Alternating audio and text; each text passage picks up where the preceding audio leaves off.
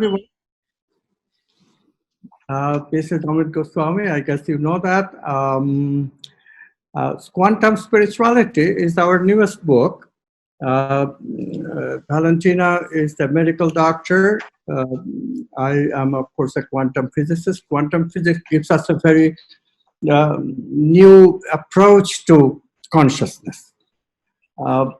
This has never was expected because quantum physics started as a science of objects. But what happens is that the objects ended up to be possibilities for consciousness to choose from. If you try any other interpretation, and indeed there is almost 6-7 decades of attempts, and people just could not do it. Then, of course, one night I was talking to a mystic, and suddenly,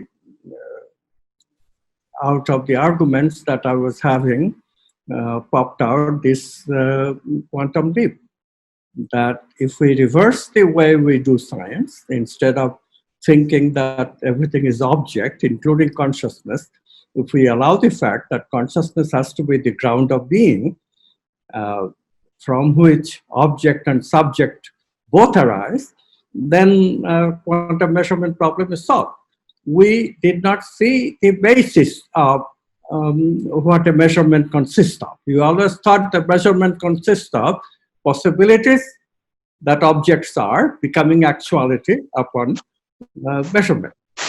What we see is that the observer himself is not present. Observer herself is not there. It's the object, because observer's brain is a possibility as well. Therefore, measurement solution is that measurement must change consciousness into a subject looking at an object. This is called dependent co-arising. And it is easy to visualize because before everything happens, quantum physics already has given us a hint. This hint was already there, which I just did not notice it. Nobody did. Very important hint, which is that the possibility waves reside in a domain which is separate from the domain of space and time anyway.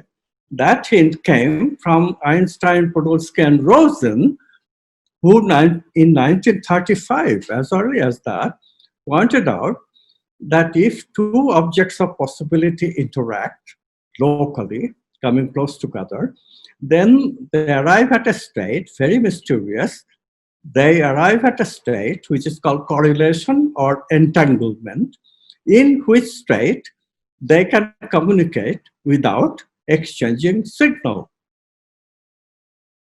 How does that follow?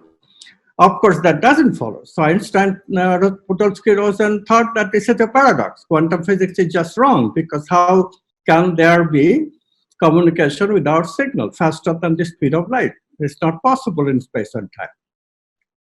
Nobody thought that it is indicating, it is giving away the solution, which is that the possibility waves do not reside in space and time, they reside in a domain outside of space and time, where there is no need for signal because everything is in potentiality connected to everything else. All they have to do is to locally interact.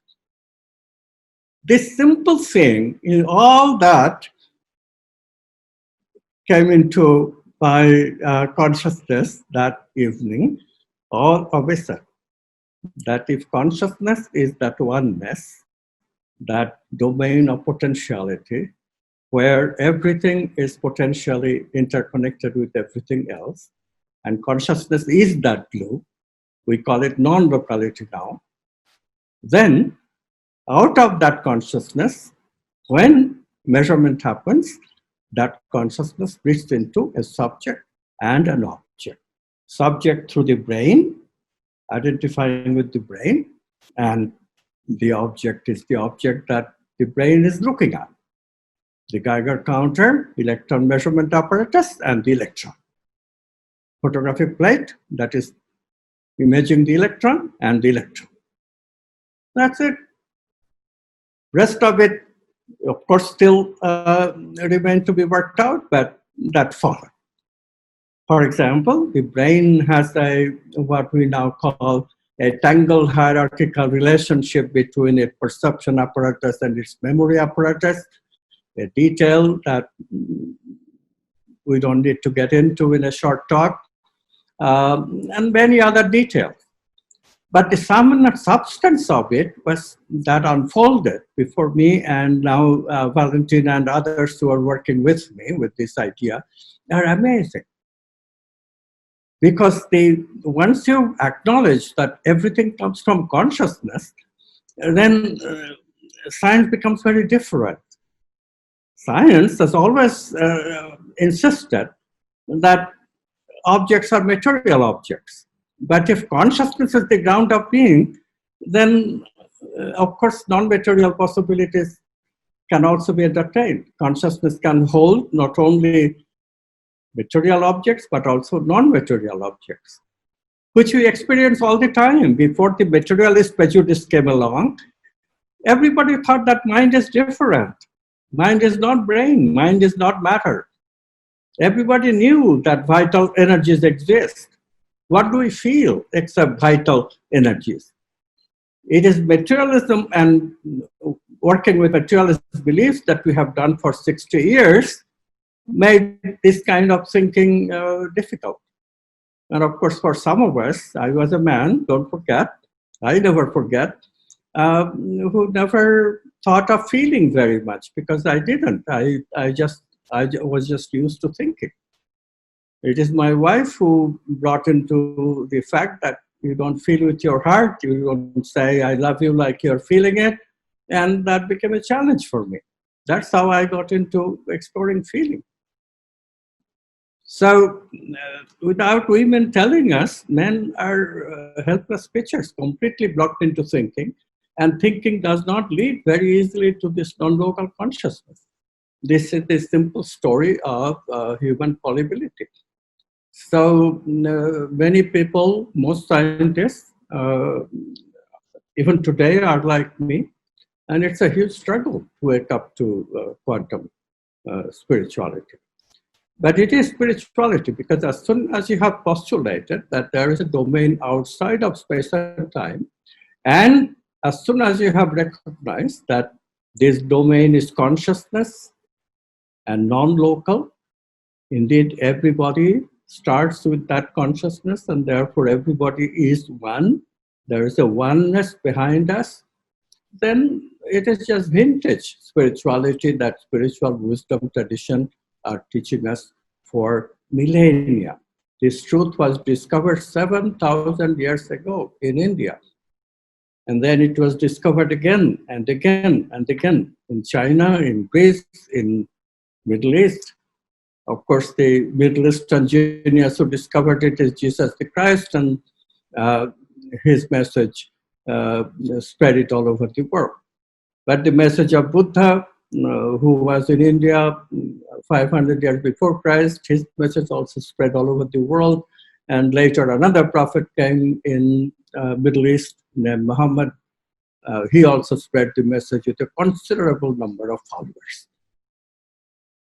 So in summary, this is the idea that later on became known as God, and then simplification after simplification after simplification in the hands of very worldly teachers created concepts that science today rightfully objects to. A very anthropomorphic God, concepts such as heaven and hell, which are not palatable in the scientific picture or language. But of course, we should never, never, never throw away the baby with the bathwater. And this is where the mistake was made. And we postulated around the 1960s that everything is made of matter, leaving no room for any spirituality. And lo and behold, by that time, people have been kind of callous, and our wanting affluence and other things that came out of that liberation from religion, especially sexuality, was so huge for in the human consciousness. Some of you have parents who lived in that era. Permissive society became the word for educated people, and people just forgot about spirituality. Spirituality was then a call for, I don't know if you have heard the word, moral majority. It became the voice of moral majority. Think about that. The most fundamentalist component of Christianity took over religion in America. So as a result, the battle only got worse and worse, and this is what produced the polarization that we see today. It's destroying America and destroying cultures everywhere else. In India, there is similar battles. So how do we get into it? One problem started with spiritual traditions themselves. The reason that religions did this popularization, there's a reason for it. Because spiritual wisdom traditions began to interpret also in a very negative way what they're saying.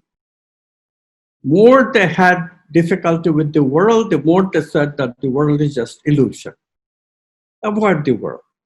No need to engage in the world. Just illusion. So just engage with the spirit. And that is, of course, what caused eventually the demise of the spiritual idea. If spirituality is that, people cannot live with that. So religions had to simplify. Religions had to say, okay, for you, it's okay. You can stay. We'll take you. Jesus will take you. Jesus saves. Similarly, in Hinduism, likewise, priest will take you. We'll do the worshipping for you. You don't have to do anything. So religions are created and simple images, heaven, hell, this kind of concepts prevailed. So is it necessary to say that the world is nothing, the world is illusion? Is that the way the interpretation has to be of this wonderful discovery that we have made within quantum physics? This is the question. And I looked at it, and now we are looking at it. Now many, many people are looking at it, and we find nothing. Nothing here indicates that. Nothing here indicates. Everything here indicates that the world was created for consciousness to express its possibilities. And it does it through evolution and through development. Human development is designed for expressing more and more of the potentiality of consciousness. Where is it here that we have to leave all that and go for the other world? That is the objective of human life. Nothing, not a thing. At some point, if a particular person is tired and want to escape, it's okay. They can escape. But that's it. In the meantime, we stay in the world and make the world better. That is the whole idea of human life. That is the whole purpose of human life. So this is the new message of the new spirituality, quantum spirituality. We stay in the world, and as Carl Jung said, even before quantum physics, he was a quantum physics in spirit. He said that consciousness is to make what is unconscious into conscious. That is the objective. And now we just say that, okay, is to actualize more and more potentialities. So what are the potentialities that we have? Physical potentiality just gives us the hardware. In computer language, it's so easy now to understand what we are. We are physical hardware. That's where physics and chemistry ends, the hardware. Rest of it is, in computer language, software. Software enables us to feel, software enables us to think. So one kind of software is the living software. Living software is needed. Why? Because our organs are made of molecules. That's just hardware. In silicon computer, hardware is made of silicon. Cannot do anything. How do we make it work? We make software with our mind. So here, Similarly, consciousness has to make software with new organizing principles. It just so happens that I didn't even have to discover it. That discovery was done by a great scientist named Rupert Sheldrake. Some of you may know the name. He's quite famous. Thank heaven. Rupert Sheldrake gave us the idea that these morphogenetic fields, as he called them, are absolutely essential in order to understand the software of organs. He didn't use this language. I am using it. But now we have discovered by biologists, not Rupert Sheldrake, biologists have now absolutely guaranteed by their measurements that yes, the software is not in the genes as was once thought. It's epigenetic. Of course, their models, materialist models, should still be that it must be interactions of the environment and all that. But Sheldrake knew better, I know better. It has to be non-physical. Otherwise, one characteristic you can never understand.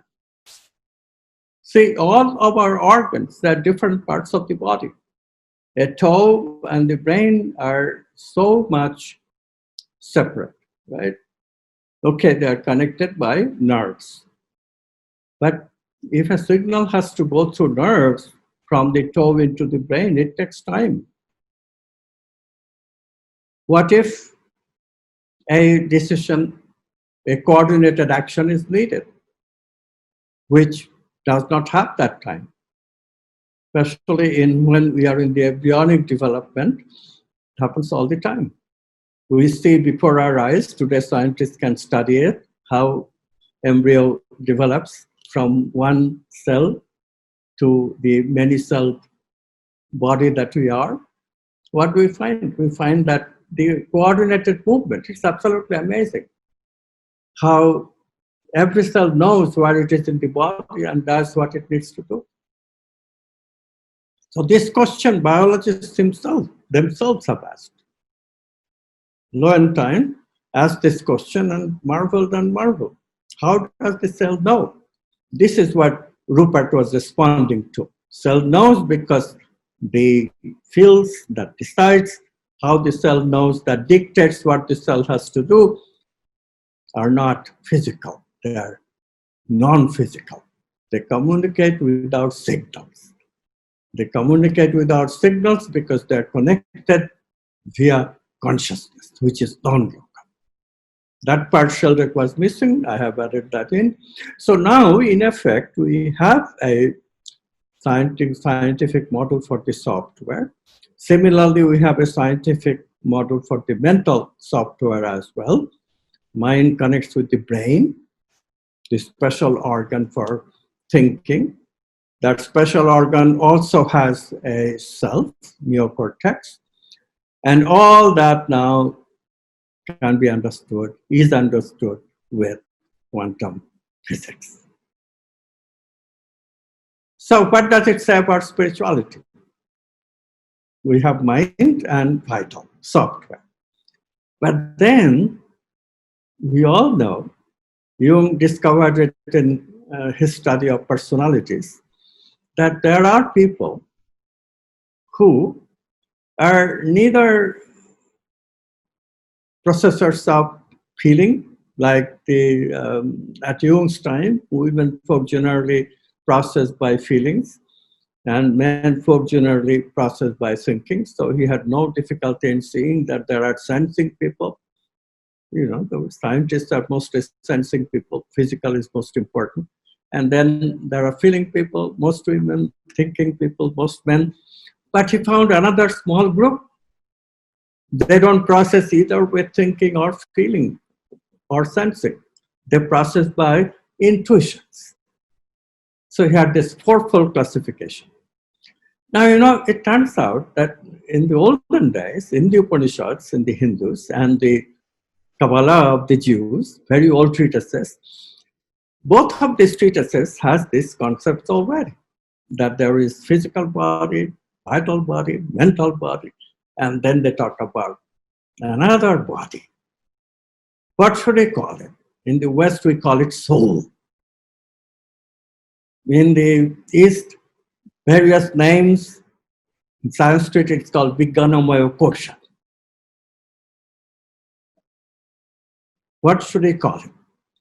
It brings us what Plato called archetypes. Those things you will recognize: love, beauty, justice, truth, wholeness, goodness, abundance, power, and of course the self itself.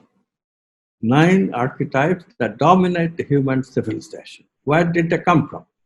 They came from this intuitive capacity from this domain. So I call this domain the archetypal domain, supramental, using a name that Sri Aurobindo, another great spiritual master as well as philosopher of the last century, gave it. Supramental, beyond mind, beyond the vital, supramental. Where does it come from? In the spiritual tradition, spiritual tradition has this concept as the values, spiritual values, virtues that people should develop in order to take them towards God. That was the concept they had. So this connecting intuition as well to the human consciousness, 4 compartments: mental, vital, supramental, and then material for hardware. This is the way that we are. We have the vital and mental for making software. We use the mind and vital also to make software that we call higher mind, higher vital, or soul. That is the software which reflects our supramental or intuitive experiences. Intuitive experiences are what eventually leads into even more sophisticated experiences called creative insights, and that gives us those enlightening new ideas with which we get a full picture of what the archetypes are, how they're expressing themselves in the world, and so forth. So after all these thousands of years, we know a lot about human spirituality and human development, how the archetypes express themselves. It's not just the who am I, what is consciousness, only that question that traditional spirituality got bogged into. These archetypes also have played a huge role in spiritual development. And the archetypes need both the ego and the quantum self, the self that reflects unity. Ego results from conditioning. All these things ancient people knew. Today, of course, the idea of conditioned ego is the only one that is acknowledged in psychology, except transpersonal psychology does have that concept. Abraham Maslow, Stan Grof, these people had the foresight to recognize that there is a self beyond the ego from personal experiences. Jung was a very spiritual man, so was Grof, so is Grof, and therefore they could formulate a transpersonal psychology. That's also a precursor of the quantum science that is developing now. So what should our spiritual goal be at this point? I was working with a woman psychotherapist named Sunita Patani, and during that work, it became clear to me that there is a scale of happiness that the human psyche goes through. We have enough people throughout this scale, if we count all human history, to recognize that yes, there is the psychotic people of level 0 of happiness who don't know any happiness, and then progressively more and more happiness. But before I get into, we have to define what happiness is. Most people today, our thinking has changed radically during the last 60 years. Before scientific materialism, or it's a wrong thing, it's a pseudo-scientific materialism really, because it is pseudoscience, it's not real science. That materialist idea really is not science anymore, it's a dogma. But anyway, the point is that even if you talk to your grandparents, you will notice that they are viewing the world in a different way than we do. We have changed our thinking so much so that we cannot think the older way anymore. This you have to constantly recognize. When we do that, it becomes very, very clear that if you think properly, then what is the uh, way of happiness?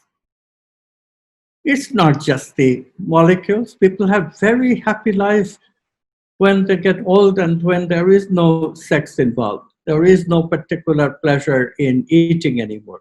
How do people become happy when those sensory channels of molecules in the brain are not available anymore? If happiness was pleasure, if as today's scientists glibly declare, and therefore people do everything for pleasure that's possible, avoid pain, get into pleasure. This is the motto of today. It was not like this at all. People recognize that happiness comes from expansion of consciousness. We have saving grace, as I said. I mean, we are very fortunate, and I tell you how fortunate this is. More and more humankind are realizing unconsciously that we have women.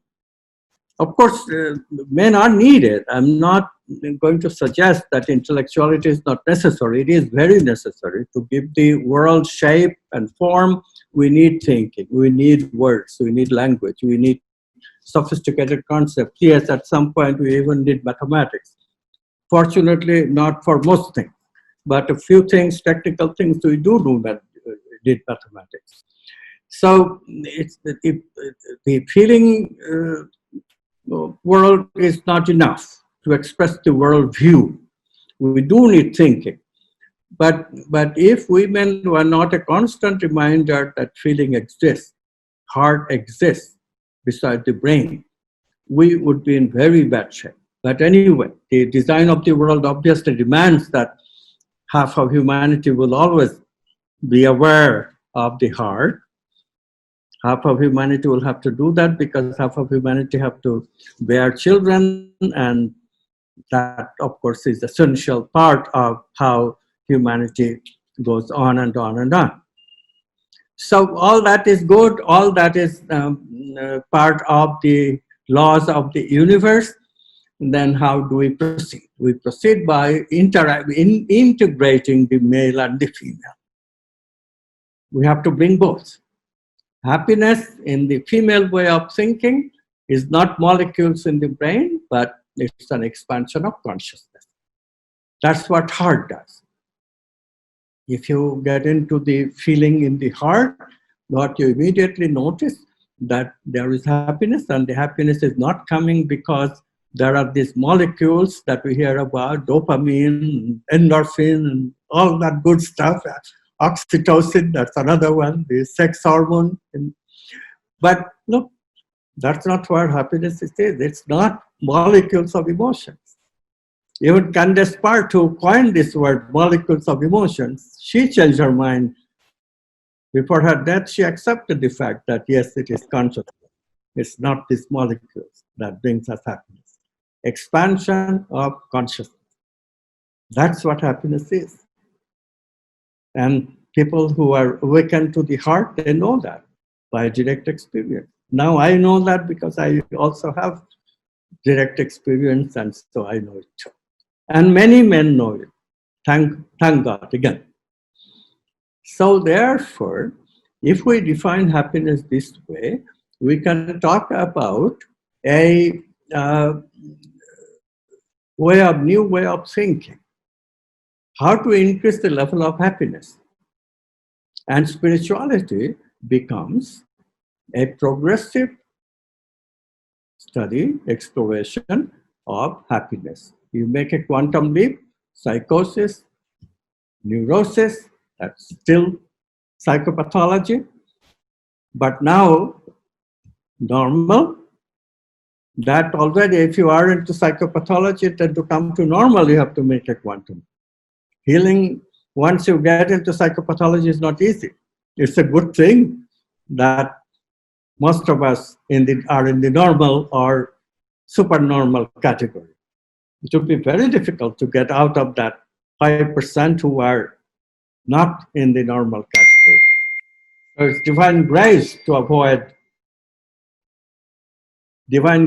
avoid that possibility of mental disease when it becomes clinical. Clinical neurosis is dangerous. State, I call it happiness level 1, dangerous. Requires quantum leaps to come out of it. Psychosis is extremely dangerous, level 0, because we cannot even connect to psychotic people. Normal people are okay. But even normal is tricky. And this the ancient people know.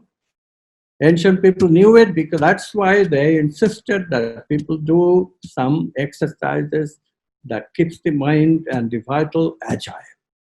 Meditation, pranayama, yoga, tai chi in China, aikido in Japan, all these exercises, spiritual exercises in various shape and form, also propagated in Christianity. They discovered meditation, very late 12th century, but still meditation became common after that in Christianity. And before then, the Gnostic people had many exercises. Christianity was not just a intellectual exercise as today's scholars make us think. Feeling was included. Teresa of Avila was enormously feeling-oriented person. Francis of Assisi, as you know, very famous for his feelings of love and all this. So indeed, it is thinking, feeling, all this expansion of consciousness. That's the way to go. Thinking can be okay if it is an expansion of consciousness, creative thinking. But creativity has to be there. This is the point. Chinese recognized it beautifully. That's why they have this yin and yang. Yang is conditioning, worldly ways, and that's fine for the software, but it has to have yin. The yin of the software, the creative component, is what keeps the software balanced, and this is what a normal person has to do. The software must be balanced between creativity and conditioning. It is the software that goes away, loses its yin. That really is the fundamental reason that today so many people, so sad, they get into Alzheimer and other kind of brain problems, dementia. Nobody should have it if they knew about balancing yin and yang. So that's how spirituality starts, in the normal state of happiness, level 2, when we become aware that no, if we don't keep the yin, the creative aspect of our software, will slip into a state of 2 minus, a base level conditions where the brain becomes everything, negative emotional brain circuit, me-centeredness, information processing, pleasure, that attitude prevails. And then we cannot be spiritual anymore. This is what is happening to bulk of humanity today. Just look at America, look at India, look at every other country in the world. Very few countries can say, few Himalayan countries maybe, that people live better. Everybody is in the dark. Why? Because we have forgotten balance of creativity and condition. So this changing this is much more important than the search for the self, where spirituality traditionally has gone. Wholeness is much more important, balancing opposites, creativity and conditioning, male and female. And of course, there is another one, inner and outer. If you knew about the Australian Aborigines, you would know that there is a culture which has survived all these thousands of years, and they value the dream much more, an inner journey, than the outer world. And they have made it. They have made it to the 21st century. They have not disappeared. Their culture is alive and strong. How did they do it? So it tells you that it is possible to live by the dreams. Not the same life, another view, but cultural anthropology already has told us that different views about the human is very important. So we balance that. These are the three important dichotomies that we have to balance. We have to integrate. Then we get into wholeness. And quantum spirituality is all about wholeness. This is the archetype, not self, not who am I. We, of course, ask who am I occasionally, otherwise we can never get from the conditioned ego to the transpersonal quantum self. That journey constantly makes us aware that yes, there is a deeper state of the quantum self, which now brain data has discovered. So we are in very solid grounds in suggesting that we have two selves. Indeed, the journey of happiness that I am describing, it is a progressive journey of giving more and more scope for the quantum self to express itself in our life. So indeed, it is also a journey towards quantum self.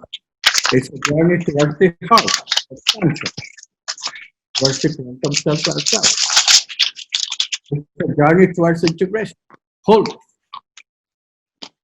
And another part, and very important part, of course, is to also handle the archetypal dichotomies that cloud the judgment of ordinary people, even today. Where does racism come from? That's a spirit of beauty that happens early on in the human unconscious, part of the collective unconscious. Another one is good and evil.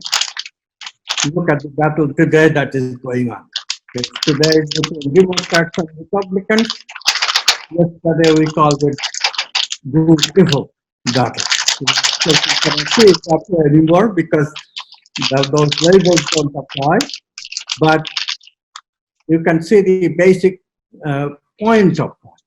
Yes, some people identify more towards separateness and separateness and separateness. If you define it that way, not this demonic thing, that picture that we have, then you can readily see that people who propose more separateness, polarization, they are what evil is in spirit. That's the essence of evil, separateness. Whereas the good goes towards unity. If that helps you make your decision how you are going to vote, fine. But I have nothing much to say about that except that. I myself vote for the good, not for the evil, not for separateness. But that integration is part of us. Yes, we don't vote for separateness, but we don't exclude people who are like that. That exclusion is not allowed. Racism also has the downside. Racism, eliminating racism does not mean that, okay, people who are wrong, who are racist, we eliminate that from our psyche. No, we don't. We embrace them too, because they too are part of us. This is wholeness. So it's not just balancing, it's also transcending, and it's also integrating, and that is what takes a concept of transformation. So quantum spirituality is also a spirituality of transformation. Quantum spirituality is spirituality of balancing, integrating opposites, integrating dichotomies, and finally about transformation. We have to transcend. We not only have to recognize balancing is important, we have to recognize that integrating is important so that everyone is included eventually. Eventually we become like that. Where the sages in India, this is 7,000 years ago, mind you how far they went. One of them declared these beautiful lines. I'll tell the Sanskrit words first. Udara charitanang tu vasudhaiva kutumbakam. To the liberated, the world is family. The world is family. Everyone is included. That's where quantum spirituality takes us, wholeness. understand this, explore this, and be happy. Thank you. Okay, I will take questions now. How do you do it? Can you directly ask questions, or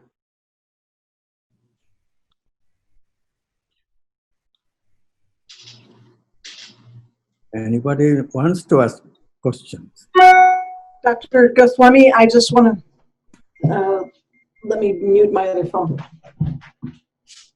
Yes, please. I need to. Are you hearing the echo?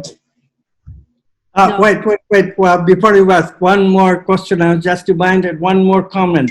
But Valentina, you can also do it, and you will do it. The comment is that we now have a transformational university called Quantum Activism Vishalaya. You can get all the information on my website. We give masters and PhD.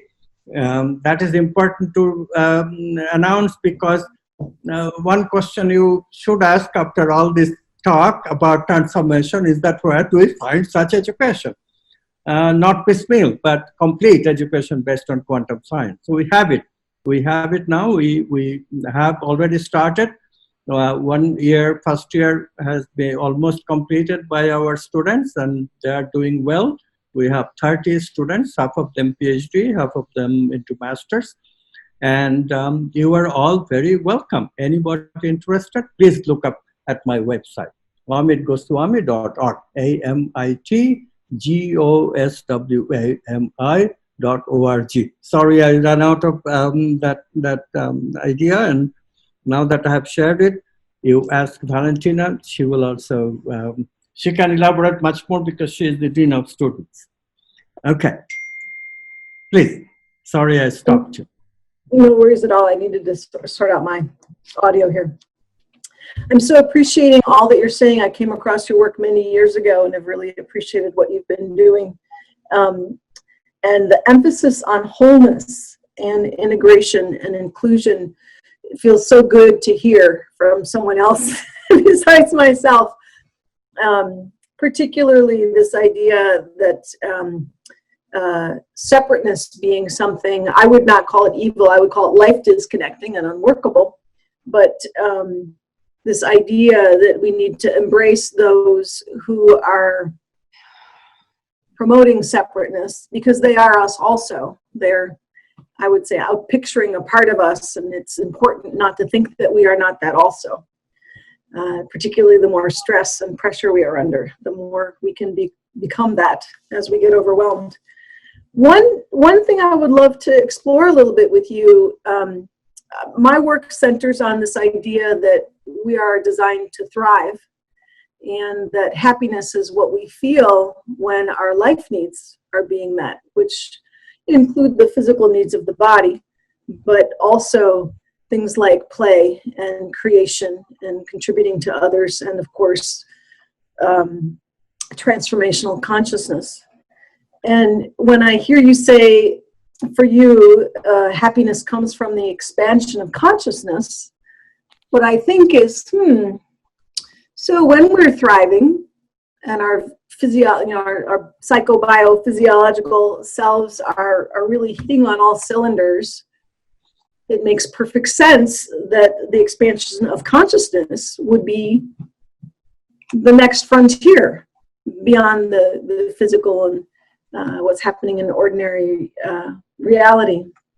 And so I was like, oh, I really quite like this. I certainly think that as I learn to thrive, I'm expanding my consciousness more and having more and more capacity to embrace all there is in being human. So my question for you is, what do you think about this idea that when humans are thriving, it's so much easier to get about the business of expanding consciousness and this inner journey that really is so deeply relational still with others? The more I connect and integrate and include all that's in here, and discover all that's in here, all my warts and farts and ugly crazy parts, I like to call them, the more able I am to just be with other people without personality or preferences being so important. So I'm just curious what you think about that thriving doorway to this ultimate happiness. Okay. I got the gist of your question. Okay, so this is very good because indeed the relationship is the basic device, manner, way that we have. The olden days, it is true that the spirituality was defined mostly by men, and therefore, although we talked about expansion of consciousness, we talked in terms of how men can experience without, because the style was celibacy, no woman, and so that style has still room for expansion, but it was so hard because they had to go to the Himalayas. They didn't want relationship with women, so what they went to Himalayas and established relationship with the trees. They prefer trees to women. What can you do? I mean, so don't argue, right? Culture was very scary because if you have relationship with women, you get into something very grubby. It is grubby initially. Sexuality, the molecules are so attractive that it grabs you. And the molecule seems to be taking over your life. I mean, look, I am a man. I stayed mostly in the United States. And after I came to the United States, my attitude to women just changed. And I was not able to handle it. I had to learn it. Gosh, it took me years to learn it. So this is what they avoided. They cannot be blamed for it because that was the culture, very male dominated. And they found a beautiful way of avoiding all this and just have relationship with the trees. But yes, ultimately it is inclusion. Expansion just is another word. How many people can I include in my consideration of who am I? Am I just me, or myself includes my wife, my family, or even includes people who are not my family, even includes people who I call foreigners? How do I know that somebody is into separateness? As soon as they start, no, this person is black, I will not have him as a friend, he's inferior. Or somebody said, this is a foreigner, Mexican, I won't have, this is what shows you. Or women, my gosh, that is a foreigner too. I mean, different kind of creature, right? We assume these things and create separateness, and that's what not to do. Those are the things we must give up immediately. Do no harm to yourself. And that's the beginning. That give up those things. At least suspend them. We don't say give up because that's a word which is a really wrong word. Giving up we cannot do. But suspend them. Suspend them so that we can work on them. So that transformation comes. The idea will come to us that yes, we can include. And this idea can come to us so easily if we had some things available already, like if we don't segregate, if we don't keep male and female. You know what they do in India still? There are still male school and female school in many places. Segregation. This guarantees that yes, males should be kind of what happens, like Islam. Why can't Islam change? The main problem is segregation, complete segregation of the male and the female. Okay, next question, please. Hi, so I run a spiritual podcast to talk about people about their spiritual journeys to help awaken the planet more. And a question just popped in, and the question is, how can women help men tap into that more heart-based energy, like practical steps? Yes. So the first thing you do, is to work on your intimate relationship. See, women can be very good at it because the first thing you teach. Can I be a little bit rather graphical? Sorry, but the best way of putting it is there is no other way, direct way. The first thing a woman who has a stable relationship with a man, first thing the woman has to do is to insist that after sex, the husband does not turn around and go to sleep, but stays awake and cuddles. it is very tempting for the man to fall prey to the serotonin. And it is very tempting also for the man because after orgasm, there's a feeling that I'm done. I'm tired. So it's not really a very fantastic experience like people say. It is, but then for a moment, you feel like empty. Okay, and then that serotonin makes you turn around and go to sleep. So if the woman is persuasive, then you learn to cuddle. And that's how I discovered that when I cuddled, my consciousness started getting kind of soft. It is intrusive. It's very vulnerable. Of course, this is the Iron Man image comes, and that men detest that. Men don't like it. But nevertheless, after a while, if you don't ask for anything, they realize vulnerability is no danger because this woman really has something that I don't know about. She does not make the demands that I was afraid of if I become vulnerable.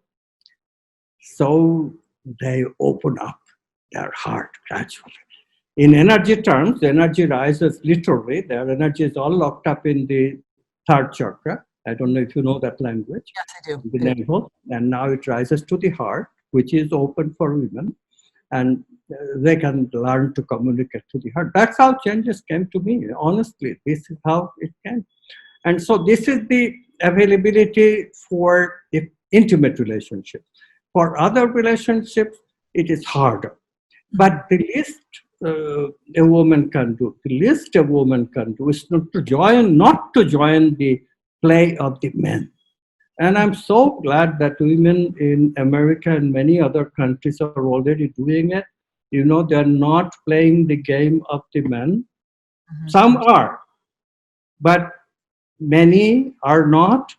They are saying that no, our ways are different. We have to go to the days of the women liberator. I don't know if you have read Betty Friedan and Gloria Steinem, those great women's, their early literature. It was not militant. It was that, okay, you don't know something, we know something, and you have something we don't have. Let's integrate. Let's have both ways. You learn to respect women's values. So this is the thing. Women have to say to men, and more forcefully, with the political power that women is gaining, taking advantage of that, America is ready to change. Look at how we responded to the racist problem. Finally, right? And this man-woman problem also has to be very similar because the division still exists enormously. Look, men are very good at co-opting. Some of the women have changed. They have become intellectual women. I noticed one day I was watching a show on MSNBC and somebody apologized for calling a woman emotional. When did that word become pejorative? Yeah. Women should be proud to be emotional. Look, the women's brain is built to be emotional. I won't go into the details, that takes too long, but this polarity is important. Women are the gateway of experiencing not only negative, but also positive emotions. Much better than men. This is the way brain is equipped. So you cannot completely ignore the sexual difference. It also gives us that mutual attraction, that mistake of men-woman polarity. We are attracted to the other sex, right? And it's not just that reproductive. That's stupid to say that it's a gene, selfish gene. No, it's nothing like that. So this is how really, I mean, look, the quantum, I call the movement towards quantum spirit, this quantum spirit integration that is happening, quantum activism. And 70% of our movement are women. And I am absolutely very proud of that. That's beautiful. Thank you for the question. Thank you. Next question, please. Hi, Amit. Hi. My name is Gina. So when somebody or something has caused you suffering and you get stuck in the narrative and the identity of that suffering, and you get stuck in the thought, and we're told whichever thought process we feed the most is the one that's going to grow. But that feels like kind of that old science that you were talking about. Is there a quantum hack to get you out of that suffering and like bring back that unity and peace with that person or that thing that caused you that suffering? Suffering, human suffering, nature disease, they have usually more than one factor, but this is definitely one of the factors. But you still have to have a skillful physician, a compassionate one, to examine the situation and find out exactly what other factors are there. Look, human body-mind system is a five-fold system. There is the physical hardware, then there is the vital software, mental software, then soul software, where supramental has been mapped somewhat, and then the spirit, the whole thing. So we are this five-fold being. And the separateness, suffering, which is the separateness, comes from all of these factors, can come from all of the factors. If there is a physical that has to be at least changed somewhat, this is often a problem with psychopathology, the real, like schizophrenic and clinical depression, that there is a chemical involved which we have to deal with first before we can even get into the problem. So the physical has to be accounted for that way. And then comes the vital, and here Valentina is the expert. So you ask her when you get the opportunity after she presents. She is the expert on alternative medicine. So she can tell you many ways that this can be approached. And then, of course, the mental, which is actually not very useful. Of course, psychoanalysis does have some, analytical psychology has some effect, but not really very much. With quantum leap, that can improve somewhat. And then the treatment of the soul and treatment of the spirit, that sometimes happens too. Schizophrenia at a deep level sometimes happens at the soul level, at the spirit level. So those things too can be responsible. Where exactly the problem is requires a much more keen observation by somebody who has experience with these things. Okay? Thank you. Next question, please. I'll take, this is the last question because the time is getting late, kind of, 9:15 now. So, okay, not so late. Okay, one or two more questions. Next question, please. Hello? Yes? Nobody else? Okay, then can I open the floor to Valentina? Oh, I have another question real quick, if that's okay. Okay.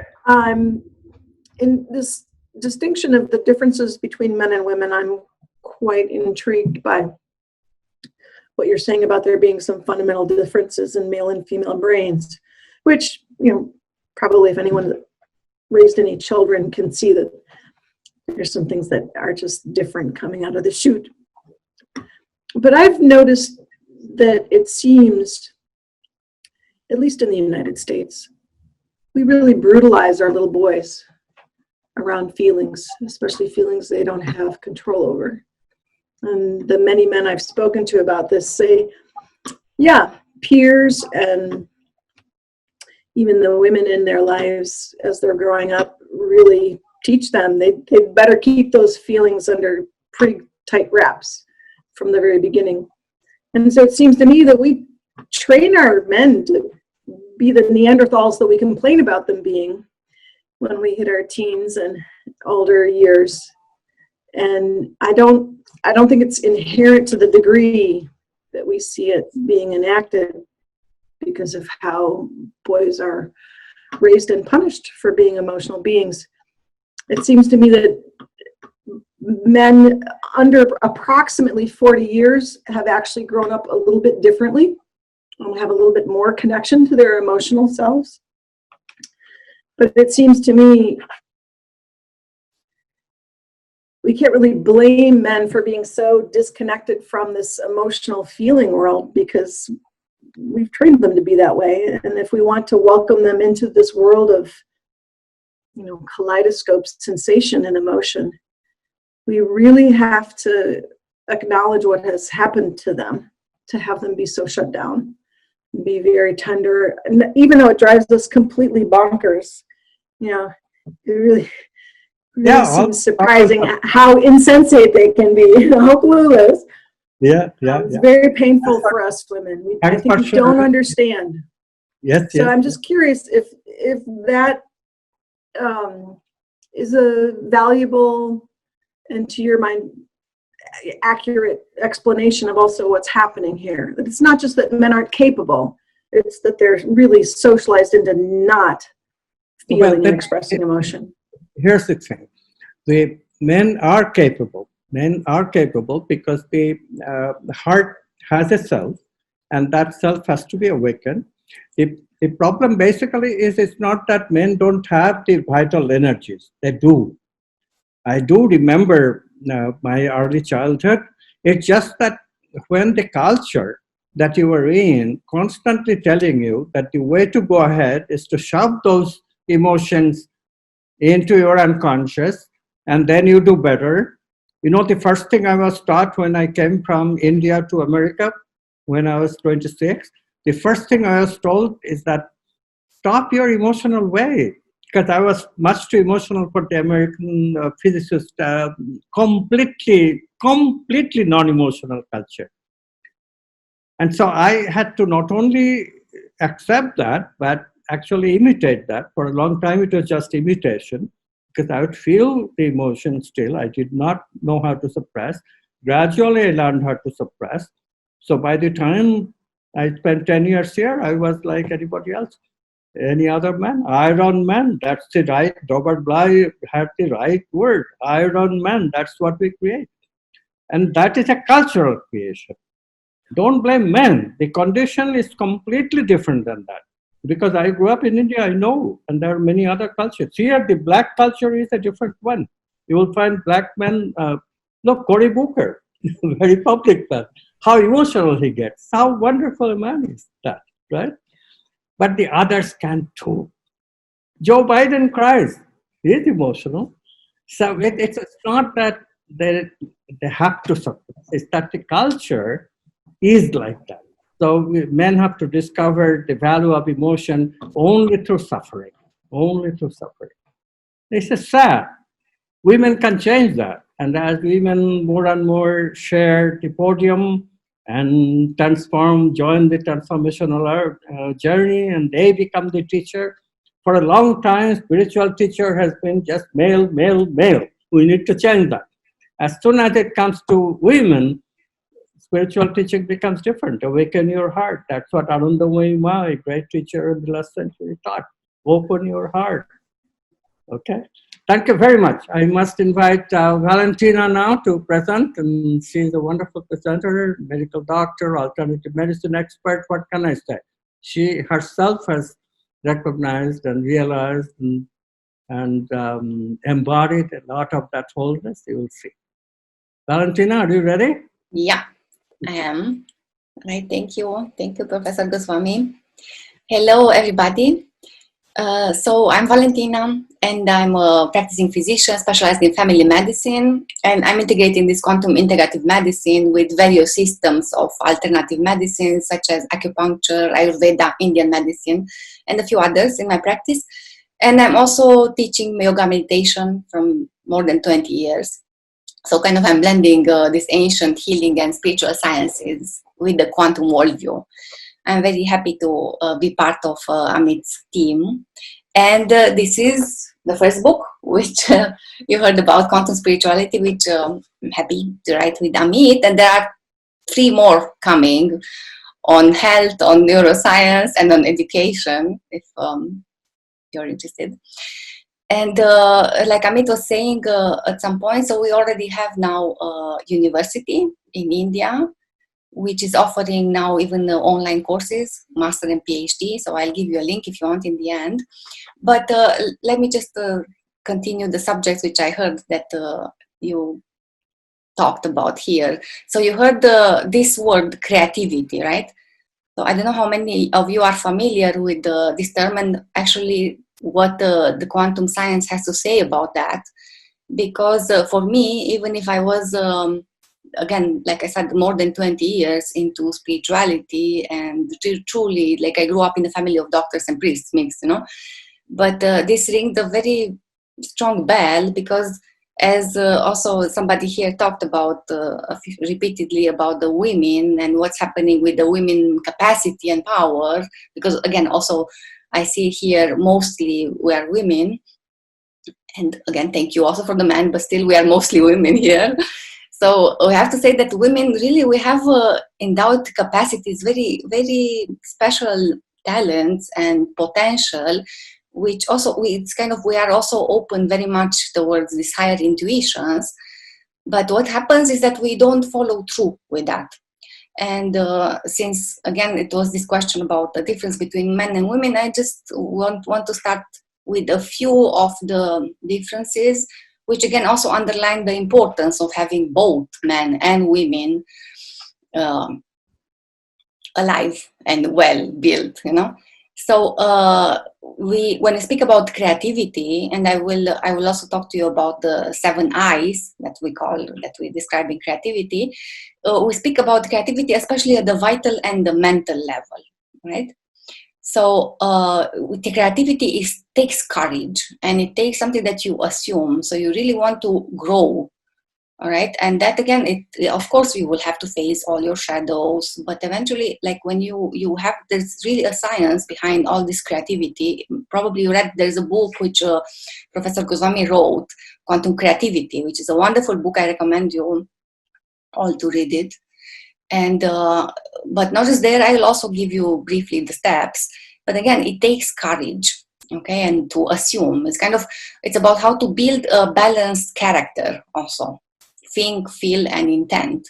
And this way of building ourselves is bringing balance in our relationships and also in the profession. It's kind of putting us in line, also the profession in line with our aspirations, right?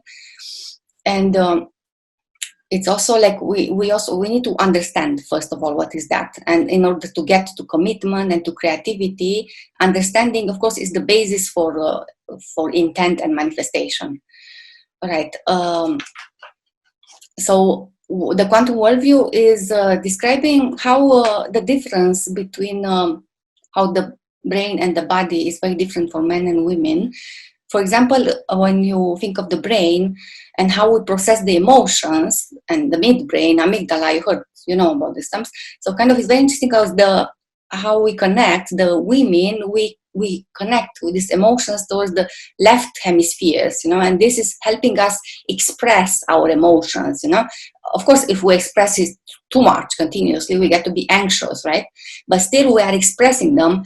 As men, they process the emotions on the right hemispheres, which is kind of making them repress all these emotions, So this is just kind of, they're not able to express directly the emotions. Okay. If you think of this think-feel capacity, the neocortex, it's proved that the neocortex is heavier, like, to women. So again, it speaks about a very special capacity that we have, but we don't use as much as we could, because if you heard about the potential, like you probably read, that we are using kind of 5% of our capacity. And we described in the quantum science that actually we have 3 kinds of brains. It's not just the brain in the brain, but it's also at the level of the heart. Also, the HeartMath Institute from California came up with a lot of research about that, how the heart capacity of deciding is stronger than the brain, actually. And also there's a brain at the level of the navel. We'll also talk a little bit about the chakras. And the navel is, you hear about this emotional brain, right? And for example, if we over time we allow ourselves to build obesity and fat in that area, it's obvious that abdominal brain is not helping us very much. It's messing us, so kind of the decisions that we are making, kind of all that fat actually is not that is just ugly or, not wanted or whatever, but it's also messing with our capacity to decide. So it's kind of acting like as if it's a hormone. Very interesting to see that. And so this is the 3 levels where we have the capacity of both perception and memory making, So that's why we call them selves, so kind of the representation of the selves, especially at these 3 levels where we speak about these collapsing events. And all this, like if you think about immunity, for example, or about a harmonious way of living, at all these 3 levels, you need to also give a break, and how you give a break to all these 3 levels so that it's not constantly on and fighting. And, for example, at the heart, that there's the thymus gland, which makes a distinction between me and not me. And that is why we need love. When you love, then you're not in this fighting mode anymore, and then the immune system is taking a little rest and you're able to expand, So that's why here, obviously, the love is what is needed. And then at the level of this brain, and then you need to sleep, of course. If you don't sleep, what's happening? You are just destroying yourself, right? If you have a few nights when you're not sleeping well, you immediately see the dysfunction. And then what is helping very much at the level of the abdominal brain, for example, fasting, or you heard about this intermittent fasting, right? So back to the creativity a little bit, because again, there's a lot. It's so beautiful. I also like very much to work with women, and with understanding what is that women potential, and Shakti, which actually if you want a definition, is like consciousness impregnating matter, and the responsibility of being a woman. And again, back to the why we are not implementing, so we have various intuitions, but we just don't have the power to go through with those many times. And then what's happening is that if you are getting these higher intuitions and you don't follow through, then eventually they don't come anymore. So let me tell you a little bit about the 7 eyes. Basically, this idea of the 7 eyes is because the idea was dominant in education that we should teach the 3 R's, which are reading, writing, arithmetics, right? So in the schools, this is basically what we learn. And of course, reading is essential. It takes people to a world of meaning. We speak a lot in the quantum worldview about meaning. This era of so much dominated of informational processing. You see only this news, you're bombarded with all these things, but it's kind of it's a lot of lack of meaning. And by the way, because I'm a doctor, I tell you that it's very important to get into meaning, and kind of asking yourself, what is the meaning of your life? And it's essential even from the point of view of simple health. Because if you think of so many cases of Alzheimer's at very early age nowadays, it's also because of that. All right, there's a lot of explanation about this. Just I'm telling you, get back to really find the meaning and why you are here for, or ask yourself honestly, and then have the courage to go in that direction. Try to have coherence between the way you are living, you're learning, you're earning your life. That would be the quantum way of living, if you want. All right, so as I said, reading is essential, and there's a good validity to that. Comprehension, expression, basic mathematical skills, which is the best logic that mathematics have conceived. So these are the 3 ways that we express the mind. And now the 7 eyes take you to the world of feeling and intuition. All right. And if we don't get to expansion of consciousness, then we cannot even get to intuition, of course. So before, also it has to be an intention, what the ego can bring. Then the quantum self is giving the inspiration and intuition, and the ego contributes also through intention and imagination and insight and flow. I'll take them one by one. So some of these 7 eyes are also, so what you hear usually in the spiritual traditions is, let's get rid of the ego, let's just, that's not good. But as Amit was saying, so the point in the living in the quantum way is not even getting to live isolated and only asking yourself for that ultimate communion with the self, with the but actually it's kind of to bring on earth, to embody all these higher, what we call archetypes. We'll get to that also, right? Which are highest thinking and feeling. So to embody on earth, that's the part of the wholeness, that's the part of Krishna, if you want. And in that way of doing, we are not suppressing the ego. We are working with it, harmonizing it. So to have a strong and harmonious personality is a must, actually, in a spiritual life. You know, if you're kind of weak, it doesn't help. You don't have the energy which is needed. So some of these ways to work with the creativity are manifestations from the ego, which you are bringing on the path of creativity. And some of them are, of course, signs from the inside, from the quantum self. All right. So there is some evidence for inspiration. All right. And also there is situational creativity and fundamental creativity. Now, what is that situational creativity? Is when, for example, you have a cold, a simple cold, and you just work with the doctor which just hopefully it's integrating and to know that you're not just a physical body, but it's still able to give you a minimum inspiration and some little practices maybe to increase your immunity. So still, it's not something fundamentally. It's not that you will change your life after having a cold, you know. But for example, if you have a cancer, then you may want to really change your life, you know, and to understand what is the cause of the disease and what was the resonance which you maintained for a long time and eventually manifested in that way. Because you have to know, like, before anything happens on the physical level, actually it happens on the other bodies before, right? So again, fundamental and situational, very, very different. When you engage with fundamental creativity, it's kind of you put all your life into that. And that's what makes all the sense. It's kind of you also discover a little bit which is your direction in life, which is your archetype, and you learn how to work with that, towards that.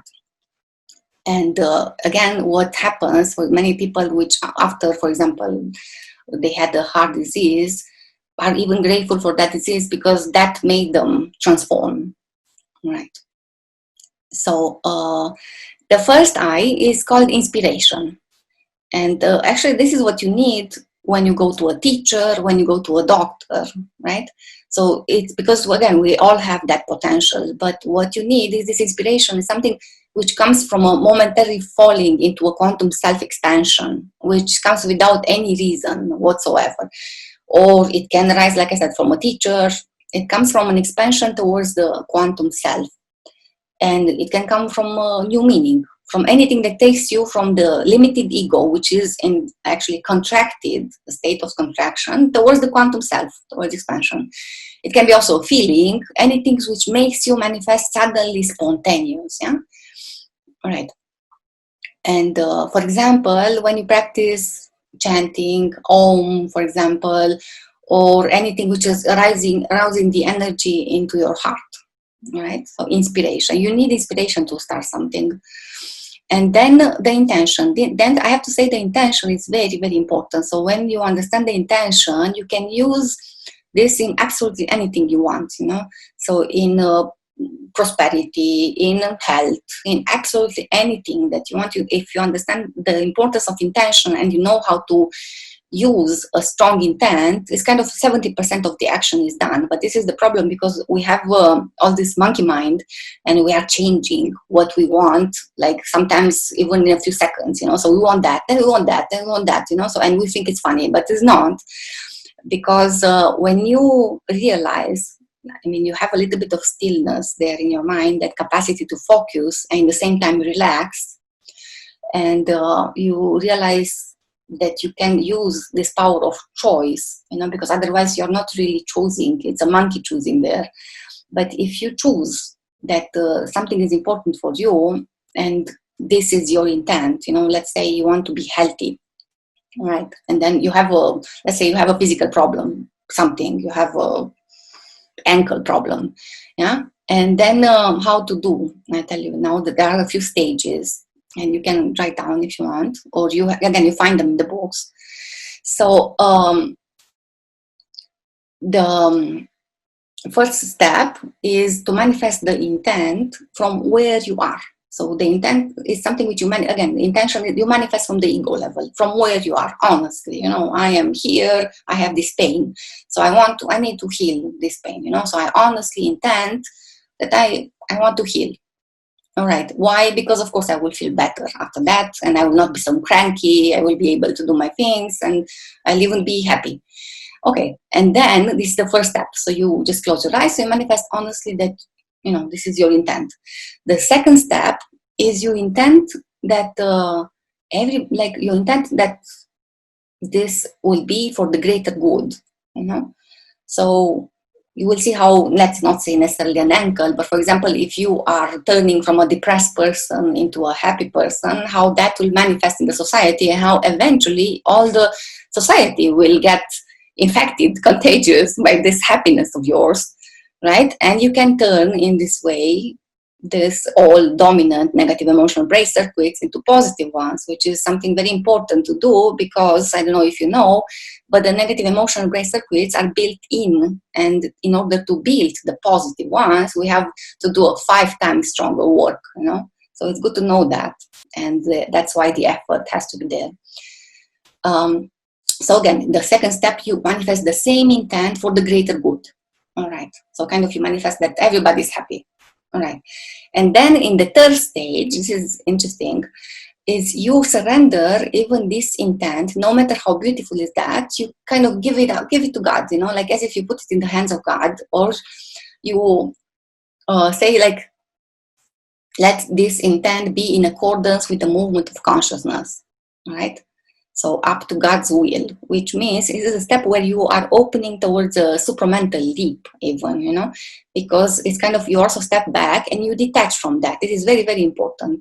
It's opening us towards that possible leap, all right? Because all these manifestations which come from the supramental, which for example, quantum healing is such a manifestation of the supramental.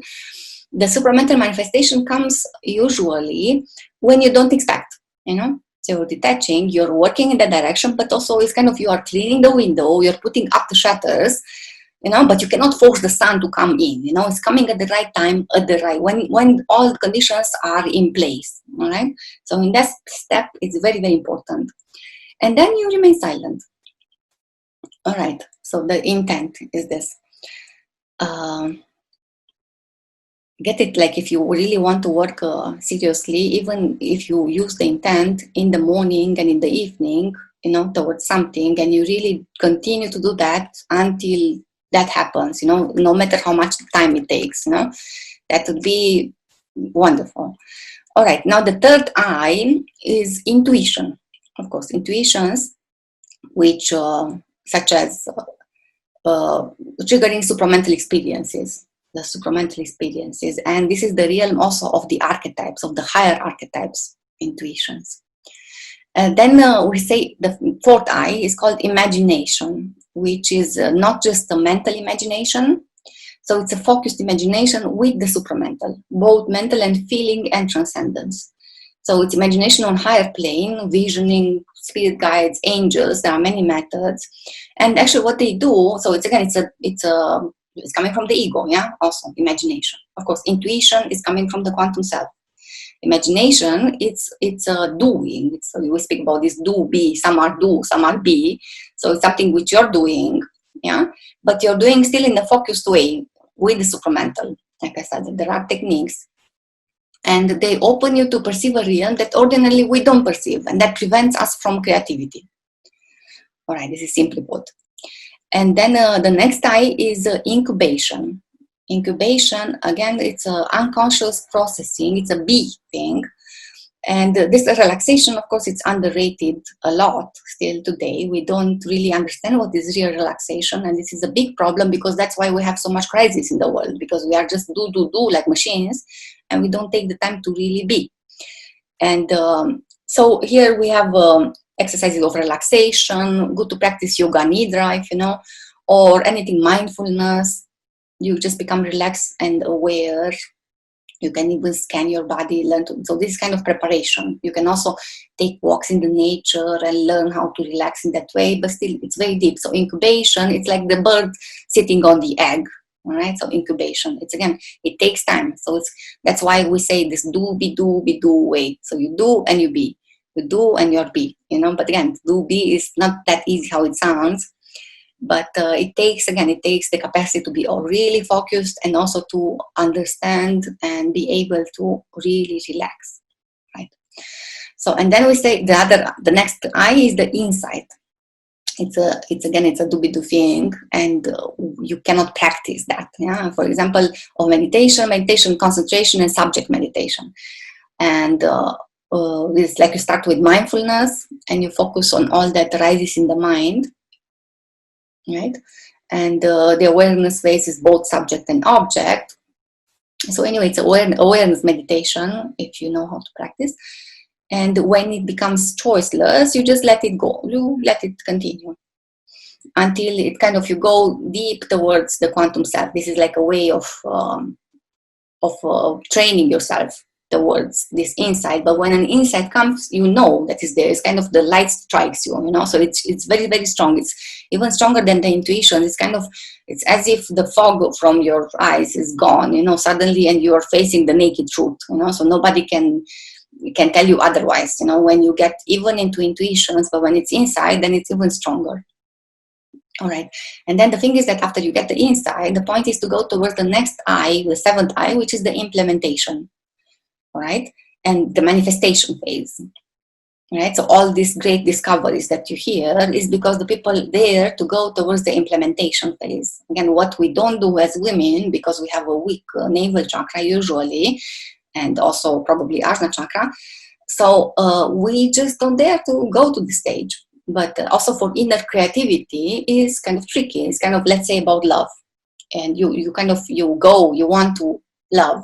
Yeah, you want to really, it's kind of, you have to represent this flow of love. You have to be this active love, yeah, which is not, eventually is not just for one person. It's a field, which is very, very powerful.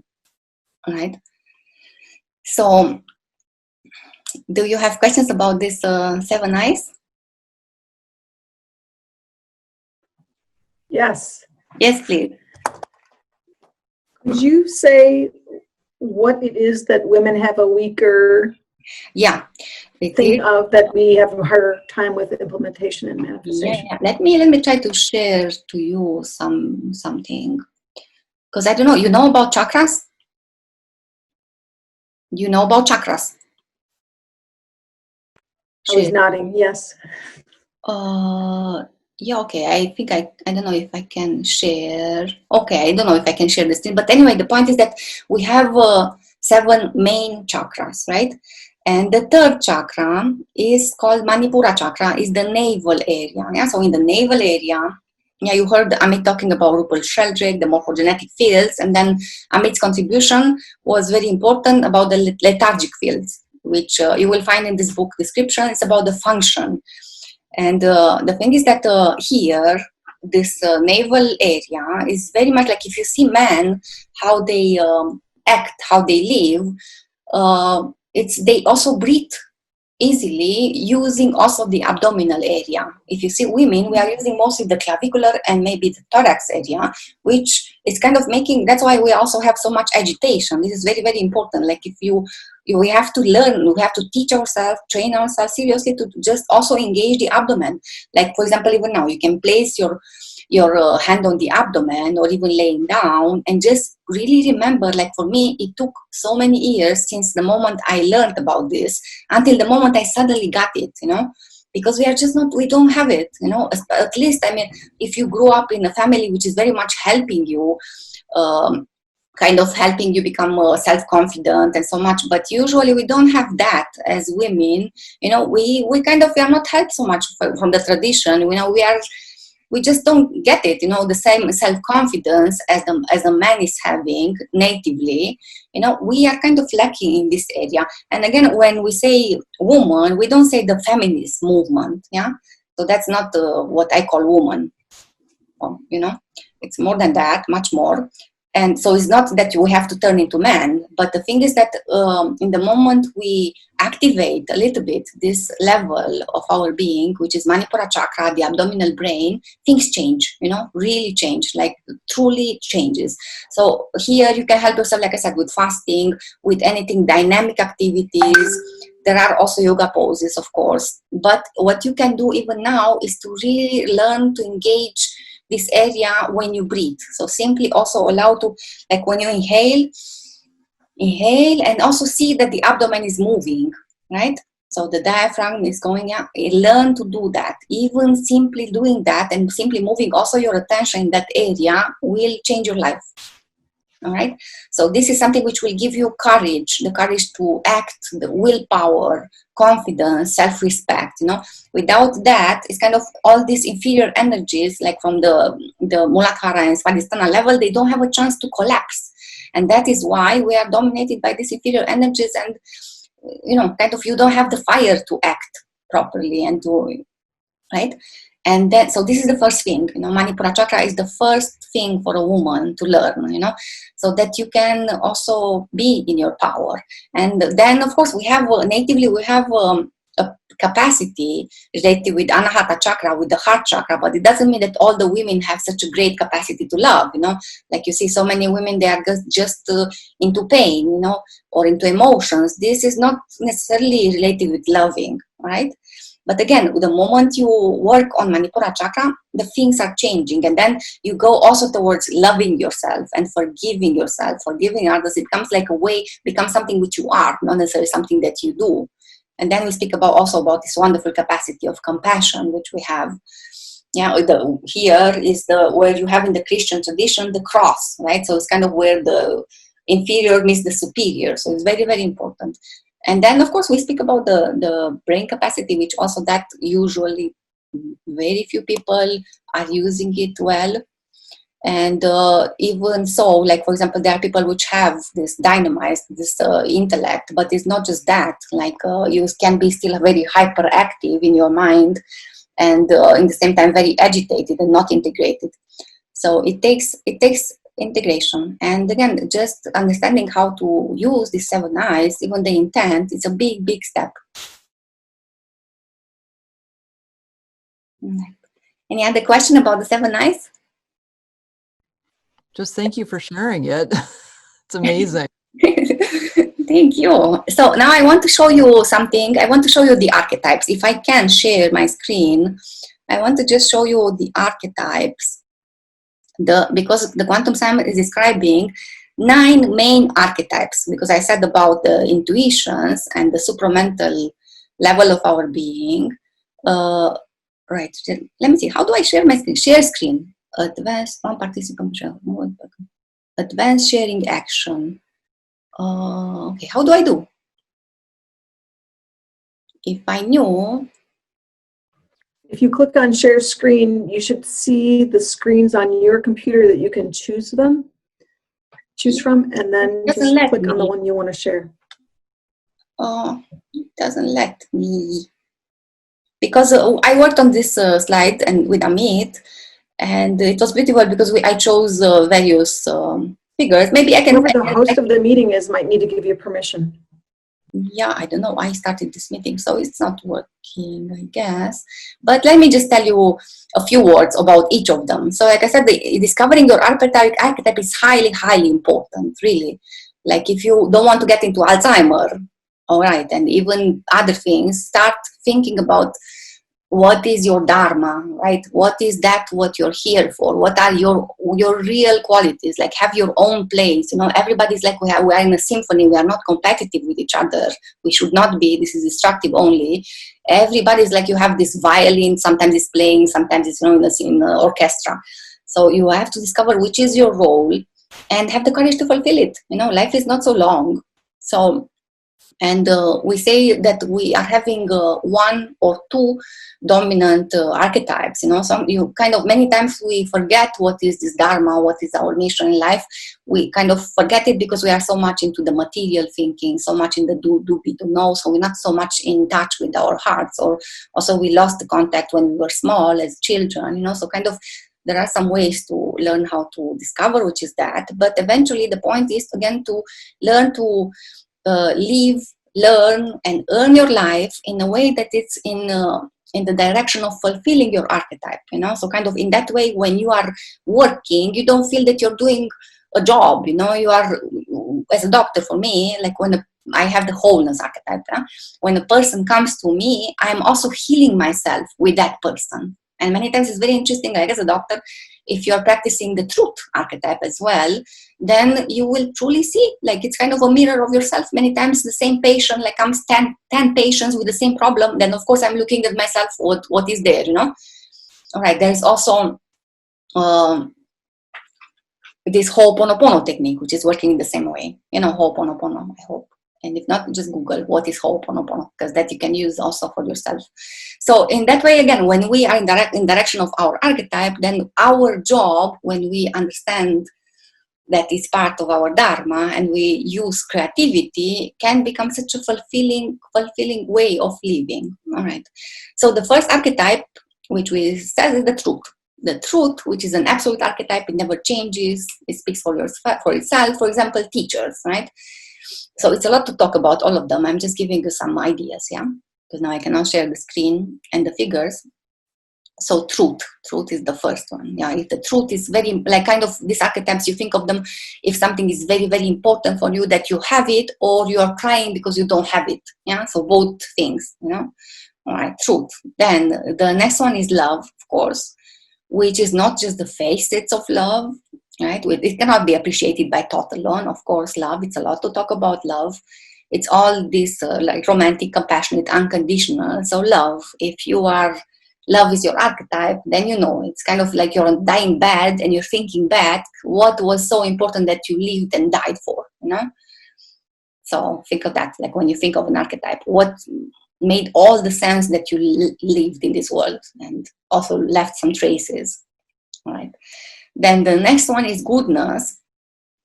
So we learn from ancestors that good opposes evil, and it's the Platonic archetype of good has no opposite. So goodness, social ethics, goodness. So if good, to be good is very important to you. Then it's justice.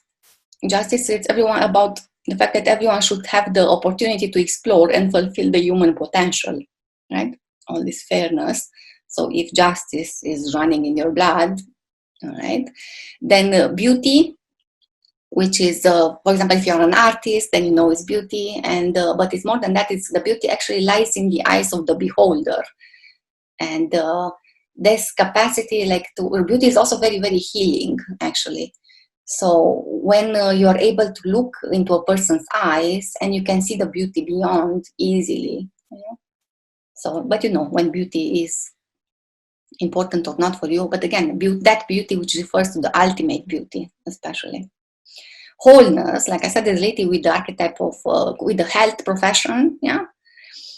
And it's kind of, it's represented through this yin and yang figure, wholeness. So it's about integrating all the paradoxes, actually. Right, but again, it's in the direction of health mainly, but not only. Kind of for us, it's the ultimate archetype. Like I said, it's the path of ultimate integration, the path of Krishna and of embodying on earth all these archetypes. So then it's power. Power, I mean, this is not necessarily an order, you know, I just have this order in my slide.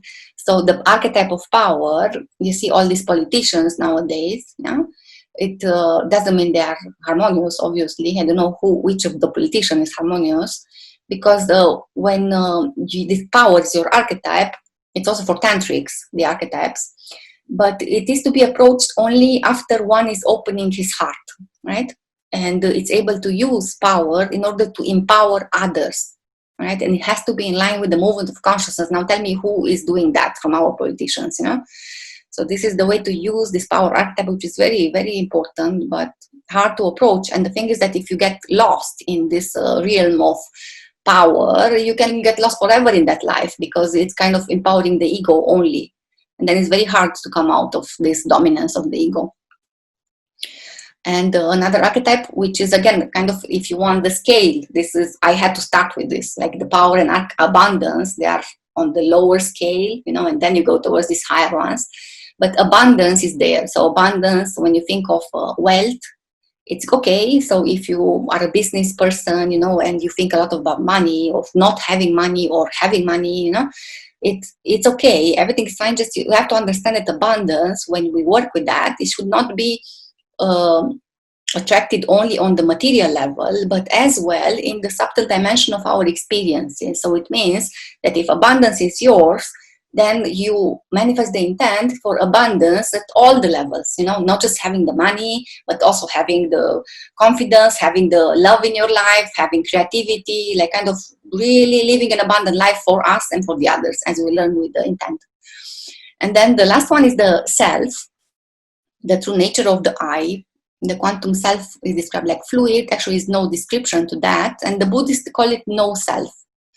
And you see many people running nowadays very quickly to monasteries, but it doesn't mean that they have the self archetype. Yeah?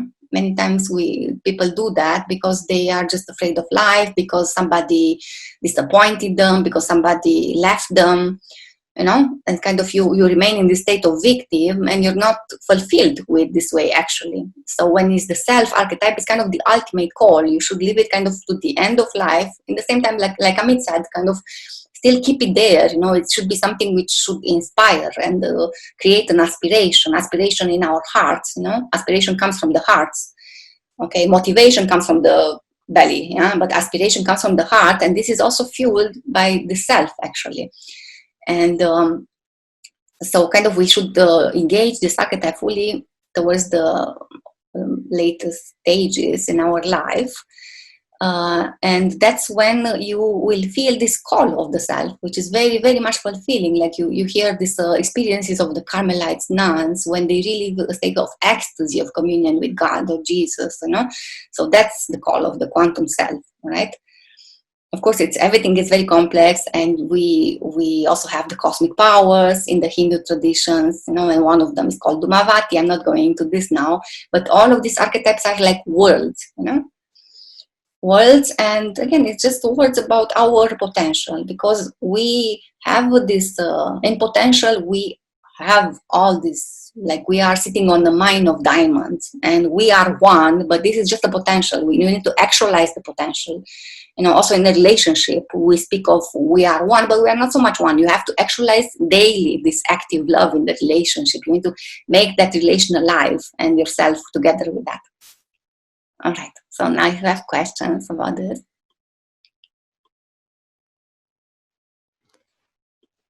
My dears? Can you send us a PDF of the architect? I will send it to Claire. Claire, yeah. Okay. Yeah, that's fascinating. But you'll have them. So in the book, they are described. Okay. It's really very, very good described. Okay. All right.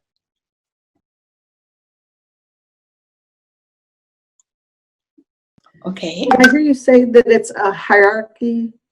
That yeah. Well, if you want to truth put is them the highest and self is the lowest. Could you say a little more about that? Yeah, you can, of course, you can think of that like a hierarchy, but again, all of them, they are important. You have to discover which is yours. And then, yeah, but if you want to start with something, you can start with abundance. Yeah, abundance, when you think of Muladhara chakra, the first level, but it's not only, but that's where we think like we have this, the contraction. You can even have the sensation of fear there at the base of the spine, and so much, many times related with this not having. Yeah, so abundance can be the first one, and actually I tell you, without abundance you cannot really engage the other archetypes. So without having at least a minimum state of comfort, that you have, you kind of, it's very difficult to engage a higher archetype without having at least a minimum level of abundance. Okay, and so abundance would be the, if you want on the scale, the first to start with. Then power would be, right? Power, if you think of Manipura chakra and the third chakra, and justice also. And goodness comes, so then they come these higher things, goodness, love, then beauty, and then love maybe. And then truth and wholeness and self, if you want an order. But again, you find them very, very well described in the book. and in a sense, so I'm very happy for that. So, and again, it's good. Like you may recognize yourself in a few of this, but still it would be important to discover which is the one, and then kind of have the courage to shape your life around it, right? So one or two, for me, for example, I discovered it's wholeness and love,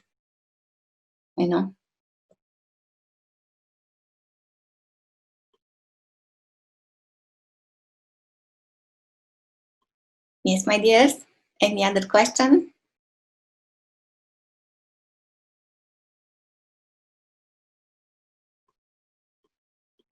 Okay. Amit, how are we with the time? Because I didn't check. Wait. Now I can hear you. We are fine, Valentina. You can go ahead and take some time. Isn't that right, listeners? I mean, it's not even 10 o'clock there in America. It's only 9:36. All right. So, but ask me. Now I want questions, because otherwise we have so many things. We did the preventive medicine, and we have the university. If you want, I can tell you about this, something, or anything that interests you, or of course, there are so many subjects. I have a question. Yes, please. What is your favorite tool to get your nervous system from sympathetic back to parasympathetic? Like super stressful, like we're constantly fighting the lion that's not going away, and we're just like living in this constant state of stress. Do you have a tool that you really love? Yes, I do. Of course, I do. And I just had yesterday a whole webinar on mechanisms of stress. Because now, for example, now you see that all this social distancing was replaced with social unrest, right? Okay, let me put somebody on mute. Okay, I guess they put themselves on mute. So this is kind of interesting that stress kills more people than anything on this planet, right? And actually, like we speak about this infection with the virus, which is now, but it's not just a physical, it's like a mental infection as well. And I don't know which is the worst, actually, truly. All right. And for example, you have not just this stress, like kind of you cannot even measure, like you are accumulating stress every single day, every single hour, and you don't see it immediately, and it leads to this syndrome of permanent fatigue, for example. But the thing is that there is a whole mechanism, and when you understand it, it's very good, but you have to see how you are actually, it's as if you're a beginning driver and you're having the handbrake on, So imagine what's happening when you have a engine which is like in a car. Eventually it gets destroyed, and if you're not so much in touch with your inner world, only with your outer world, and you just find yourself that your organs, they give you a sign, hello, something you have to do about that. One thing which I realized is very damaging and is creating a lot of agitation, which is on the background of stress as well, is technology. So you have your phone, you are working on something, and what's happening, especially with women, but not only, you're getting a text, let's say it's a cat, and you're smiling, okay, you're working, you think you're relaxing, and you think you can do so many things, but you can't actually, It's very interesting, like kind of before we were supposed to have these technologies, we should have some training about attention in the schools, like in primary schools, and kind of to learn how to not interrupt our attention, to alchemize emotions, to have a different way to react to different stimuli. Then we will not have these compulsions, It's kind of, we should have a test before being able to buy this kind of phones, like not so many applications or something, I don't know. And there are even there are applications in your phone, for example, which are showing you how many times per day you're accessing your phone, sometimes hundreds times, thousands of times in a week, all right? So this is one of the things we need to learn. This, what Amit is calling do, be, do, be, do. Like I said, this is the base to understand before getting into any kind of strange crisis, which we are now, you see also some people are great with focus, and some relax. If you think of a polar cup relationship, It's like man is very focused, but then it's tensing a lot, and stress is there. Or the women which are relaxing, abandoning to everything, but still they stress because there's no direction to this. There's not to this relaxation. All right. And yeah, it's interesting, like very good to understand this. So kind of training attention is not optional, and it's a surprising effect of regeneration, which you can have after you practice yoga. My thing is yoga. There's a whole science of yoga, a genuine science of yoga, which is eliminating the stressor and the system. It's kind of as if when you really start practicing yoga and meditation, actually, it's as if suddenly you let go of 45 kilos that you carry. This is kind of the feeling. Or as if you are in your car driving a hard road, like this country road, for some hours, and it's bumping, and then suddenly it stops, So this kind of is the example of how you feel the really good meditation, right? So with the stress, if you have a necrosis or something, you cut it out, or you take a medicine. But when it's a systematic error, it can only be eliminated by a systematic understanding, So, and there are methods to understand, but the methods cannot eliminate the problem completely. It's something which you have to do. It's called also mental hygiene, So as you go to bath and you take a bath, you also should understand about the mental hygiene. And so kind of we have to learn how to increase this awareness of our inner life as well. So kind of rebalance the proportion exterior, internal attention. Many times we are really not attentive. We just get to a huge problem because we just, like an organ collapsing, inner pressure, which is increasing so much, but you should have dealt with that in time, Also, it's kind of to be attentive to our unconscious reactions, which exist all the time. You see that today we try to eliminate the opinion that stresses us, it's the political correctness, because we cannot take feedback anymore, and it's kind of this moral immunity is so low that nobody can tell anybody something honest because we hurt each other, right? You hear on platforms, on Facebook, if you say something, others may feel wrong, And it's kind of, we try to eliminate stressors, which is not good because we try to eliminate diversity, but diversity is based on immunity. You see, example, nature, right?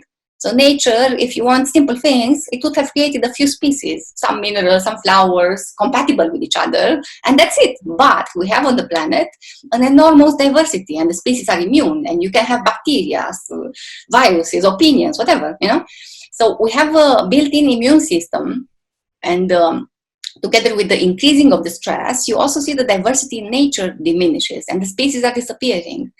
So this incapacity to deal with diversity is the prime result of a stress person who doesn't want to hear change your plan, or they just can't take it, But if you wouldn't be stressed, you would say, oh, it's new, so when it's something.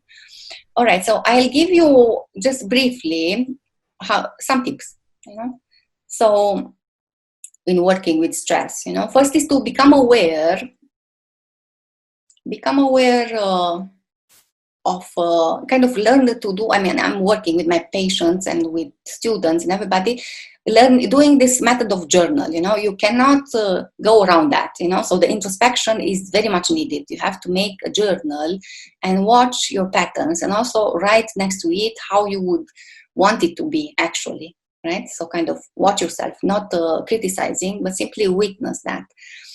All right, and there's also what is meditation? Again, to really get to the meditation, because meditation is the state which appears when the uninterrupted flow of attention goes towards the object of meditation, which can be a subtle sound or a mantra.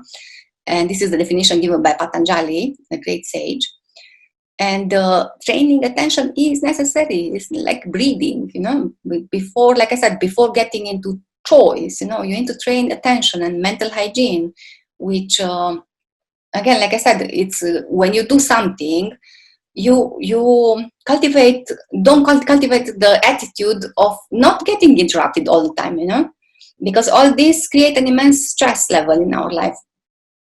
So some people even go to 1 week or 1 month of detox from the computers or for phones. You don't need to do that necessarily, but you can use your willpower in order to do that. So before you train multitasking, you should train unitasking. All right, and after that, you will discover also multitasking. But otherwise, you're just imposed to interruptions and stress and agitation. So it's kind of, you need to lean the attention very much on what you are doing in any moment as much as possible, even especially actually like a training, even on something that you don't like so much, you know. So again, when you do something, do it fully, briefly put. Yeah, and then also when you relax, because this is another thing which you don't know. So get back to the do-be-do. This is about the mental body, which is the same important as the vital body. And yeah, so it's kind of, we have to practice this do, which is very much related with being fully present in what you're doing, at the same time not tensed, yeah, and being, which is related to really kind of allowing yourself to enjoy, like you are taking a break. For example, you're working on some project, yeah, in a room, and then you, after some time, you just take a break. And what you do, you really take a break, like you enjoy, like you go walking in the grass barefoot, if that's what you like, yeah, and you even take a friend which likes that, for example, so that you make it even more enjoyable, but you relax purposely, yeah, you understand? And then, or for example, you go to a movie, then you enjoy like a child, you know, like a child would be so fascinated by everything that is there around, you know, but again, you do it purposely. Learning to relax is kind of the switch on, it's not a switch off. You don't just go to bed and sleep, because so much time we just sleep, but we don't get regenerated because we don't even get into this deep relaxation, right? So it's very good to understand this do also on the mental level in this way. And kind of this, in this way, you get also rid of that situation which many times feel that they are in the wrong place at the wrong time, you know, when it's some pressure there, you know, I feel I'm too late, too early, or when I do things that I don't like, yeah. So, and you want to be somewhere else. And this kind of, you're checking over the shoulder if the boss is there. And of course, it's a lot of inefficiency because of that. This also should be a part of a training in a company, for example, right? So, of course, part of that, it's also part of all that stress and all this garbage, which is truly a garbage in the mental level. It's also the negative emotional brain circuits, all the frustrations that you have, all the life which you didn't live, you know, all the compromises that you did in that way, and unfinished thoughts. For example, if you're just witnessing, you this observation meditation, and you're just witnessing to see how many thoughts, how many repetitive thoughts and patterns are passing through your mind, and just don't identify with those, just notice them, you know. And but it takes a practice, you know. It's never going to be like that, you know. And the very easy way to do that, like to start to do that, would be the conscious breathing, which is good to do it, for example, the first thing in the morning and the last thing in the evening, 10 minutes minimum, you know. But it will change your life, even that, if you do. So conscious breathing is like you're sitting, you're relaxing, you're following the breathing, very much aware of that, yeah. And you rest your attention in this way on a physiological process that is repeated, and it influences you a lot, and still it responds to your will. So this is a good way to clean the fogginess of agitation very, very fast. Okay, this is one way. So conscious breathing, simply moving it. Okay, whenever some other thoughts comes, it's fine, just bring it back. That's why it's called stealing your attention. So if somebody's stealing something, you just bring it back, right? But again, you have to have some willpower and some determination to want to work with this mechanism, because again, unfortunately, we didn't learn this in the primary schools, and we should have. And I'm hoping in the new world that you know, we are creating, to have this in place.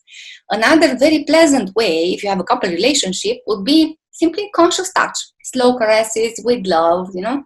The sense of touch has a special quality. It gives us the possibility to rest the attention very stable on a sensation.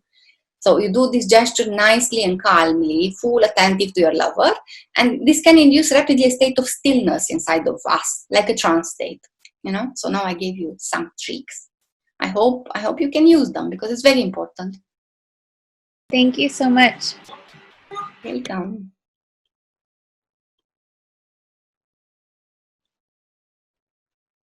I so enjoy your mind. Who's that? Wait. I love how the thought patterns are formed and what you're sharing, and the interconnectedness of it. It's a joy. And I just had to share that with you. And I'm just going to ask, because I have you, I would love to talk to you on my podcast if you feel so. Thank you. I'm so energized by you, and normally I'm falling asleep at this time, so thank you. You know what? I'm writing you my email here. Oh, thank you. Okay, then we can be in touch. And actually, you know, those who want the PDF, you can send me directly. Yeah, and then I'll send you. Thank you. All right.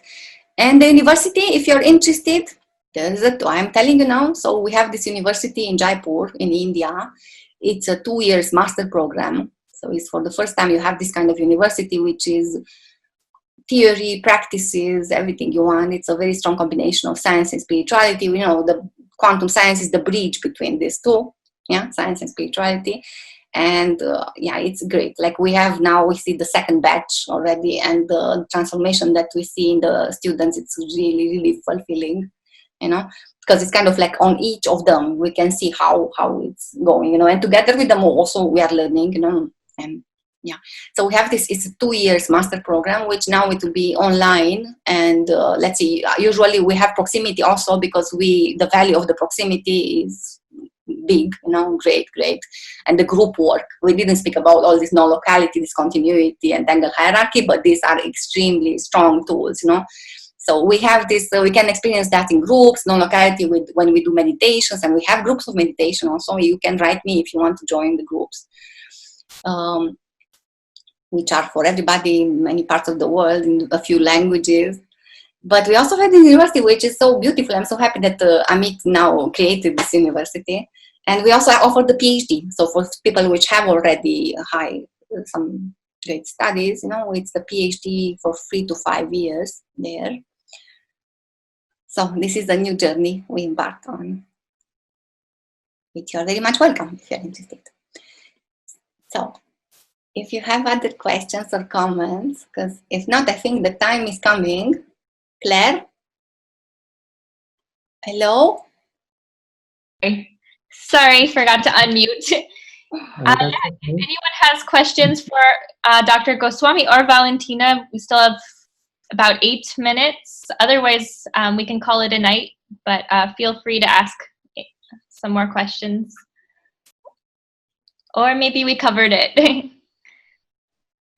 Thank you. Yeah, thank you all so much. Thank you. Dr. I Onisor. would just like to say how much I appreciated everything that both of you shared. It's very sweet to have so much validated. I love it when science proves what my heart already knew. So both of you have contributed a lot to me that way. And Amit, you started that for me 25 years ago, so I'm deeply grateful. In this world, it is so good to have your doorways into non-local reality and these pathways to expand our consciousness. Thank you all for coming. Thanks to East West Books for hosting us. Thank you, Claire. Thank you, everybody. And if anyone missed the beginning because of the technical difficulty, Oh, Claire, we missed he was you. saying. So, yes, thank you all. Thank you.